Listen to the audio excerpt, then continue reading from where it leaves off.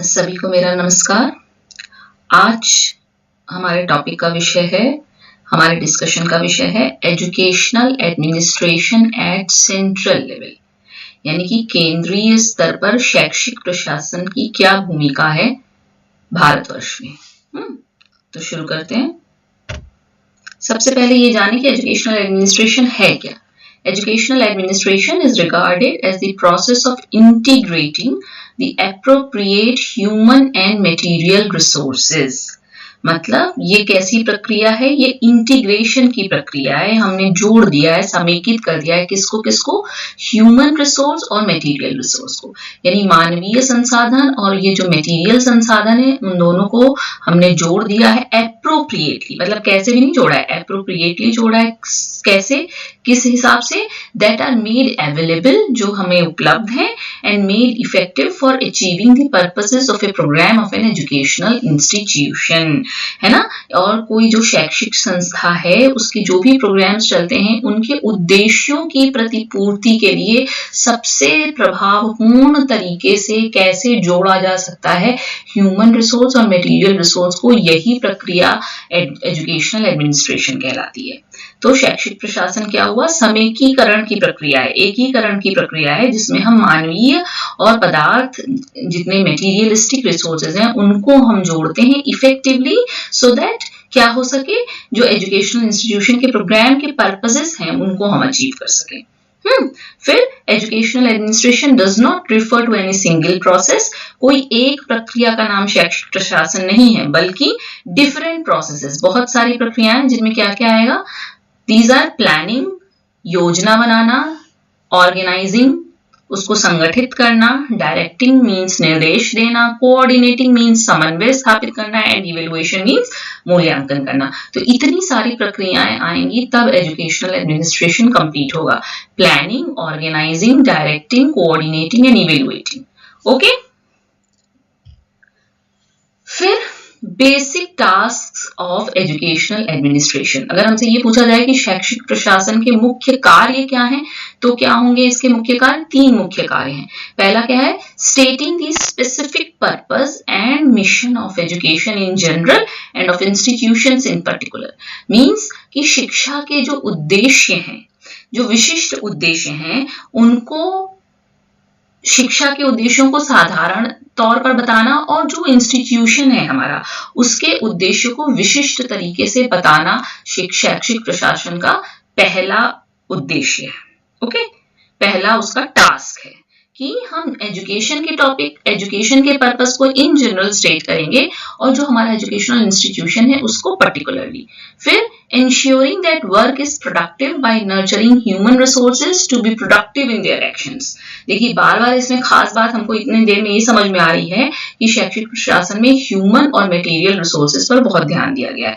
तो human resource को हमको नर्चर करना है, पल्लवित करना है, पुष्पित करना है, उसका पोषण करना है, सो दैट, क्यों ये सब करना है, जिससे वो प्रोडक्टिव इन नेचर हो सके, वो उत्पादक बन सके, समाज में वो कुछ हमको कंट्रीब्यूट करके दे सके।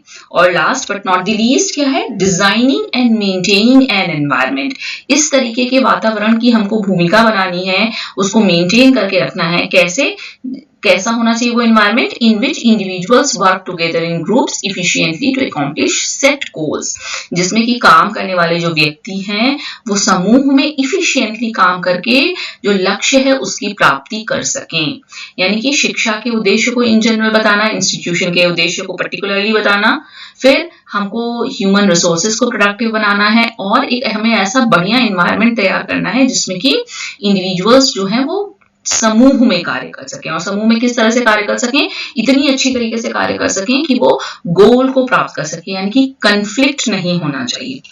ठीक है, फिर अगर हम बात करें एक ऐतिहासिक पृष्ठभूमि की, शैक्षिक प्रशासन का भारत में अगर हम इतिहास देखना चाहें तो हम जानते हैं कि 1976 में जब हमारे संविधान में अमेंडमेंट यानी संशोधन हुआ है, तब शिक्षा को कॉन्करेंट लिस्ट का पार्ट बनाया गया है ना। उसके पहले शिक्षा कॉन्करेंट लिस्ट में नहीं थी। कॉन्करेंट लिस्ट का मतलब आप जानते हैं कि केंद्र और राज्य दोनों ही ये तय करेंगे शिक्षा पे शैक्षिक नीतियां बनाने के लिए। फिर the national policy on education 1986, जो अभी हमारी नेशनल NEPI है, उसके पहले जो मेन सबसे महत्वपूर्ण NPE था, जिस पर हम लोग इतने सालों से काम कर रहे थे, जिसके तहत हम लोग काम कर रहे थे, वो नेशनल पॉलिसी ऑन एजुकेशन 1986 था, जो कि मॉडिफाइड हुआ 1992 में, या हम इसको POA के नाम से भी जानते हैं ना, प्रोग्राम ऑफ एक्शन। तो उसने क्या कहा, defines the major goals for elementary education as, तो उसने जो एलिमेंट्री लेवल की शिक्षा है उसके लिए हम मेजर गोल सेट किया। क्या गोल सेट किया कि यूनिवर्सल एक्सेस एंड एनरोलमेंट होना चाहिए, यानी कि सब तक पहुंच हो, है ना, इनरोलमेंट हो सबका, और universal retention of children up to 14 years, यानी कि 14 साल तक हम कम से कम बच्चों को शैक्षिक इंस्टीट्यूशन में रोक पाए, रिटेन करके रह पाए। क्यों? क्योंकि जब आप एजुकेशन के स्टूडेंट हैं या एजुकेशन पढ़ाने वाले हैं, तो हम लोग जानते हैं वेस्टेज और स्टैग्नेशन बहुत ज्यादा प्राइमरी एजुकेशन में था। अब कुछ हद तक कम हो गया, पहले बहुत ज्यादा था। इसलिए ये माना गया कि हम 14 वर्ष तक के बच्चे का रिटेंशन रखेंगे। फिर कई प्रोग्राम इसके लिए चलाए गए, जैसे कि several programme such as the district primary education programme DPEP launched in 1994, यानी कि NPE 1986 की रिकमेंडेशन से ही ये बना है, and the national campaign of education for all, जिसको कि सर्व शिक्षा अभियान का नाम दिया गया। आप सभी जानते होंगे कि सर्व शिक्षा अभियान अपनी तरीके का विश्व का सबसे बड़ा प्रोग्राम है, जिसको कि लॉन्च इन 2001, इसको 2001 में लॉन्च किया गया।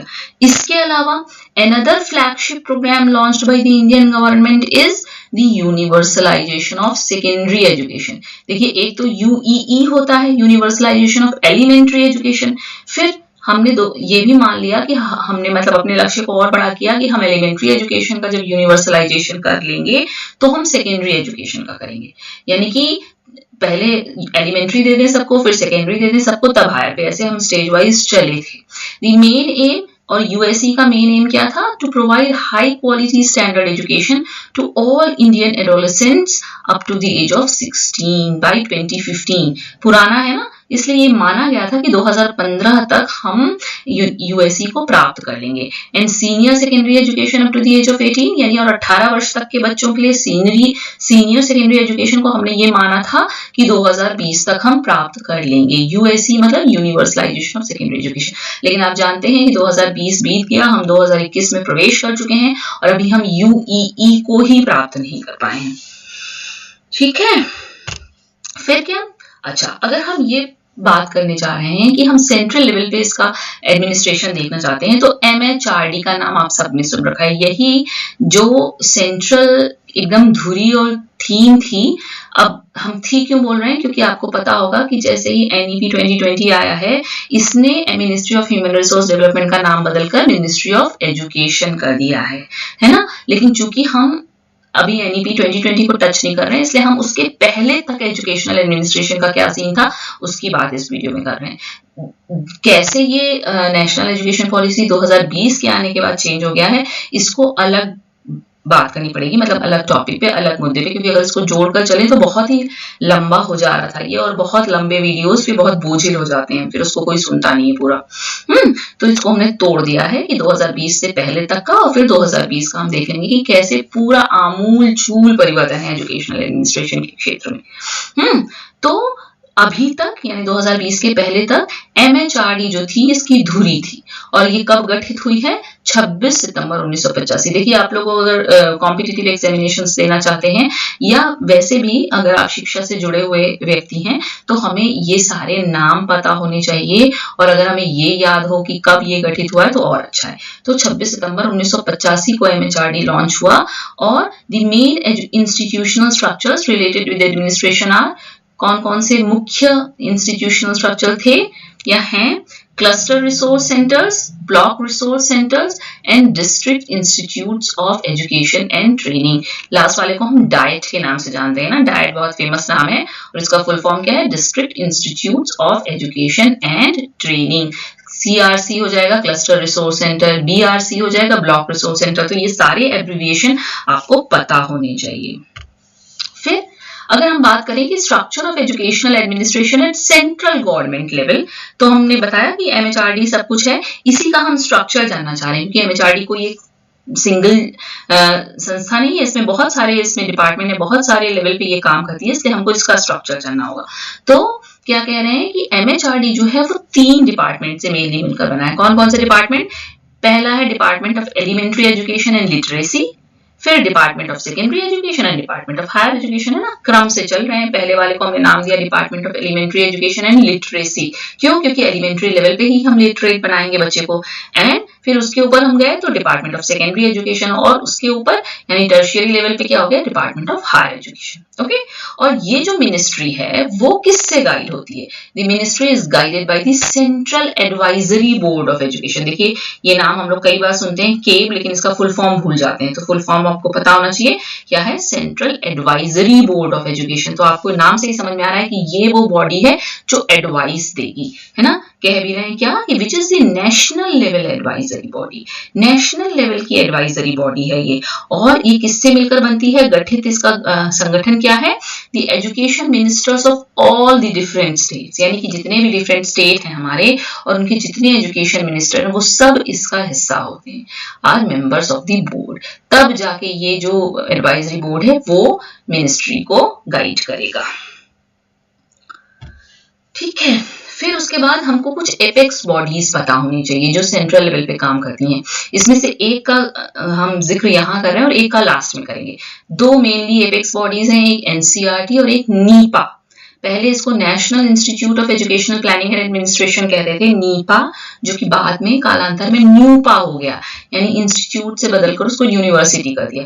तो उसके बारे में बाद में, पहले NCERT जानते हैं। उसी तरह से देखिए NCERT की बुक्स हम लोग बात करते रहते हैं, लेकिन बहुत बड़े लोग भी NCERT का फुल फॉर्म नहीं जानते, तो आपको पता होना चाहिए क्या फुल फॉर्म है इसका? National council of educational research and training.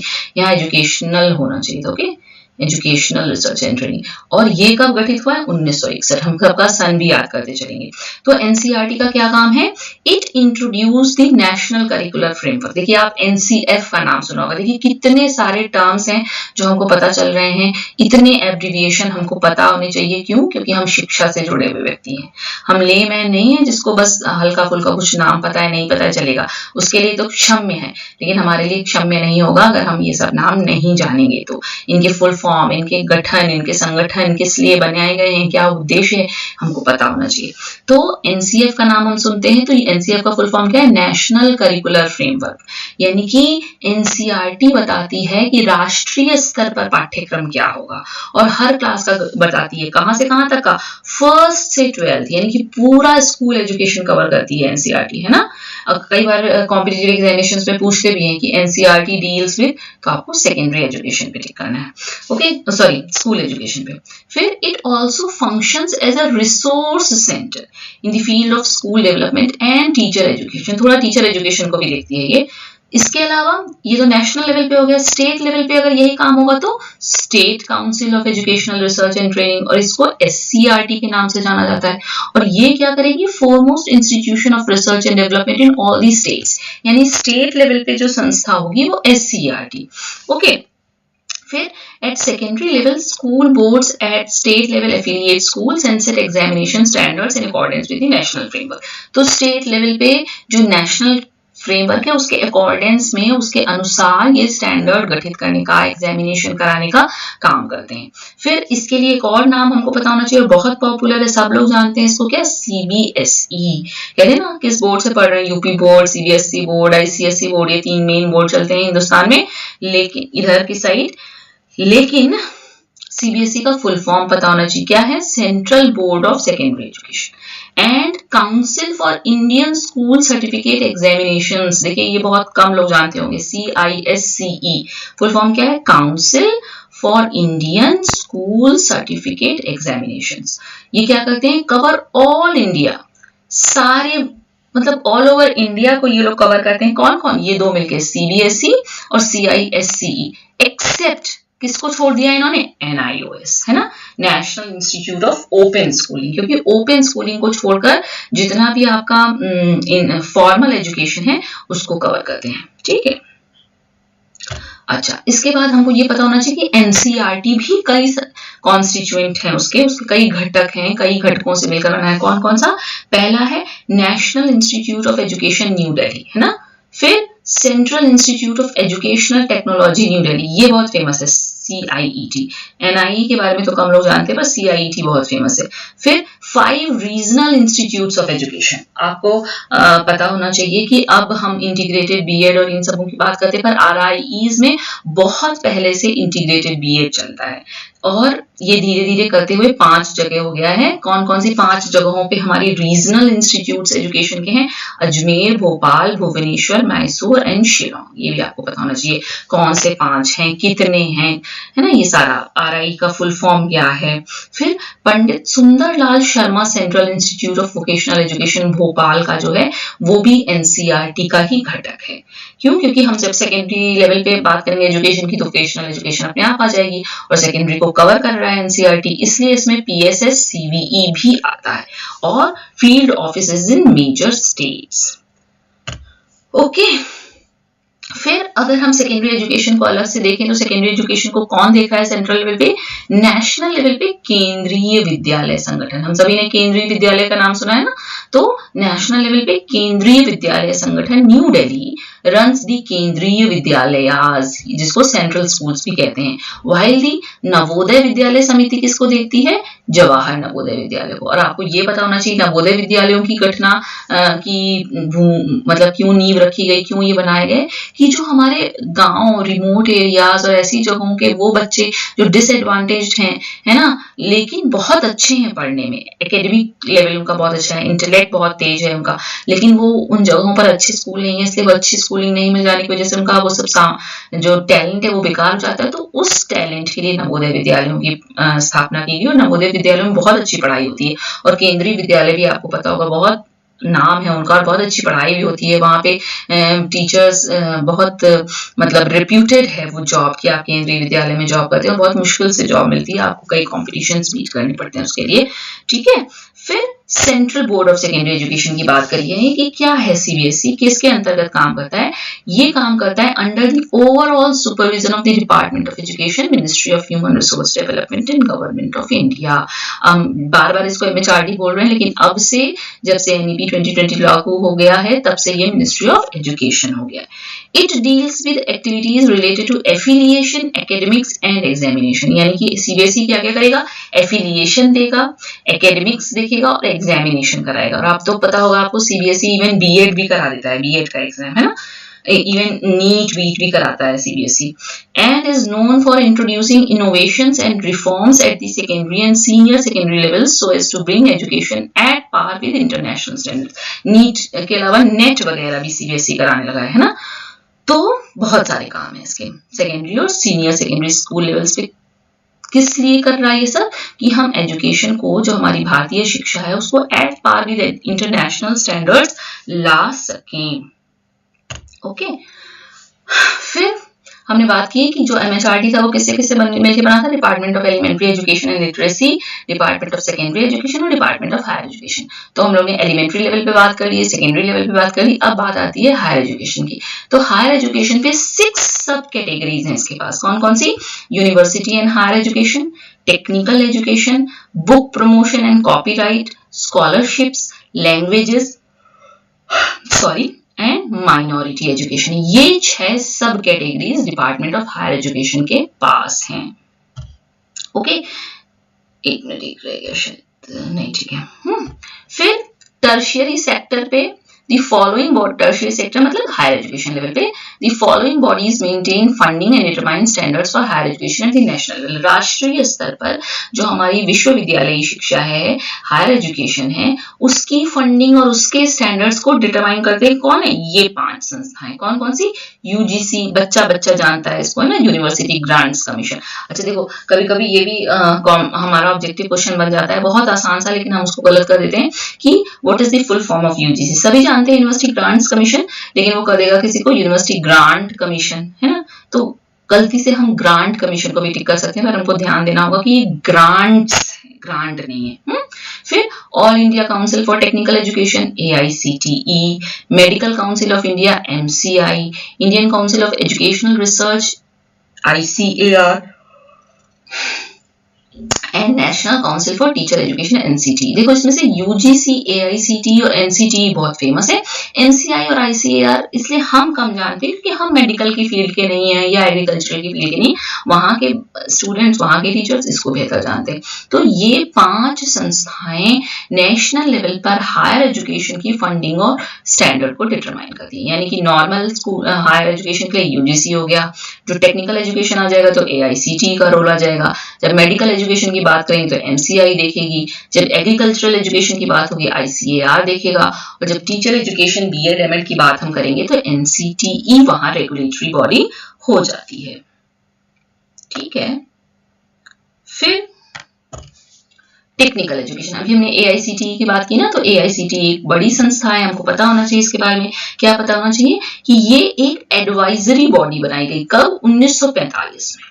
It was given a statutory status through an act of parliament in 1987, मतलब 1987 में इसको statutory status मिला एक्ट ऑफ पार्लियामेंट के तहत। उसके पहले ये एडवाइजरी बॉडी थी, और ये कब से लागू हुआ, 1987 में मिल गया, लेकिन 1988 से। और मेन फंक्शन क्या है इसका, main functions of the statutory AICTE include proper planning and coordinated development of technical education in the country. यानी कि भारतवर्ष में टेक्निकल एजुकेशन का develop, coordinated development, planning, whatever, सब कुछ एआईसीटीई देखती है। फिर बात करेंगे वोकेशनल एजुकेशन की। व्यावसायिक शिक्षा कौन देखता है? The central institute of vocational education was set up in Bhopal in 1993। जो हमने उधर बात की थी ना, पंडित सुंदरलाल शर्मा करके, PSSCBE वही है ये। To serve as an apex research and development institute for vocational education in the country. यानी कि भारत में, हिंदुस्तान में व्यावसायिक शिक्षा देखने के लिए हमने इसको बनाया है। फिर ये क्या ये कवर करता है, this institute activities revolve around, किसके अराउंड घूमती है इसकी सारी प्रक्रियाएं, review and standardisation of curriculum, text books, instructional material, teacher training programmes etcetera. यानी कि कहाँ कैसे हम वोकेशनल एजुकेशन को इंक्लूड कर सकते हैं, कहाँ किन किन क्रॉस कटिंग एज में वोकेशनल एजुकेशन आता है। अच्छा, अभी तक हम सारी बातें मेनली फॉर्मल एजुकेशन की कर रहे हैं। अब अगर नॉन फॉर्मल एजुकेशन की बात करें तो कौन देख रहा है? Sorry, it's late in night and I am yawning. Okay, तो थोड़ा सा रह गया। फिर नॉन फॉर्मल एजुकेशन में कौन कौन देख रहा है? Monitoring of the programme is done on a continuous basis at the 3 level पे बात हो रही है, विलेज लेवल, डिस्ट्रिक्ट लेवल और स्टेट लेवल पे। जो विलेज लेवल पे देख रहा है उसको कहते हैं VEC, यानी विलेज एजुकेशन काउंसिल, है ना, विलेज एजुकेशन काउंसिल। फिर district institute of education and training diets, ये डिस्ट्रिक्ट लेवल पे देखता है। और SCRTs यानी state council of educational research and training, ये स्टेट लेवल पे देखती है। एंड डायरेक्टरेट ऑफ एजुकेशन और डायरेक्टरेट ऑफ एजुकेशन भी, ये 3 संस्थाएं नॉन फॉर्मल एजुकेशन को देखती हैं सेंट्रल लेवल पे। ठीक है, फिर उसके बाद अच्छा कोई ज्यादा नहीं है, नहीं, about to finish. Okay. अच्छा, हमने बात की थी कि हम 2 एपेक्स बॉडी की बात करेंगे, एक NCERT और दूसरी न्यूपा। इसी को पहले नीपा बोलते थे, तब यहाँ पे था national institute of educational planning and administration, जो कि अब न्यूपा हो गया है, national university of educational planning and administration. I think 1995 में, ये मिस हो गया मुझसे, लेकिन शायद 1995 में, आप इसे चेक कर लीजिएगा। The institution concern with educational planning and administration, नाम में ही निहित है कि क्या देखेगा, ये शैक्षिक योजना और प्रशासन के को देखता है। और क्या क्या काम है इसके? This institute conducts research, organises, हम रिसर्चेस कराता है किस एरिया में, training, provides consultancy services and disseminates, और प्रसार भी करता है किसका, इंपॉर्टेंट इंफॉर्मेशन, जो महत्वपूर्ण सूचनाएं हैं किस पर आधारित, इनोवेशंस यानी नवाचार, चेंजेस, परिवर्तन एंड डेवलपमेंट्स मींस विकास, किस किस एरिया में, प्लानिंग एंड मैनेजमेंट यानी नियोजन और मैनेजमेंट यानी प्रबंधन के क्षेत्र में। ये सारा काम देखना किसका काम है, न्यूपा का, और ये भी सेंट्रल लेवल पे देखा जा रहा है। बस दैट्स इट, थैंक यू। तो आपने देखा कि एजुकेशनल एडमिनिस्ट्रेशन सेंट्रल लेवल पे कितना व्यापक है।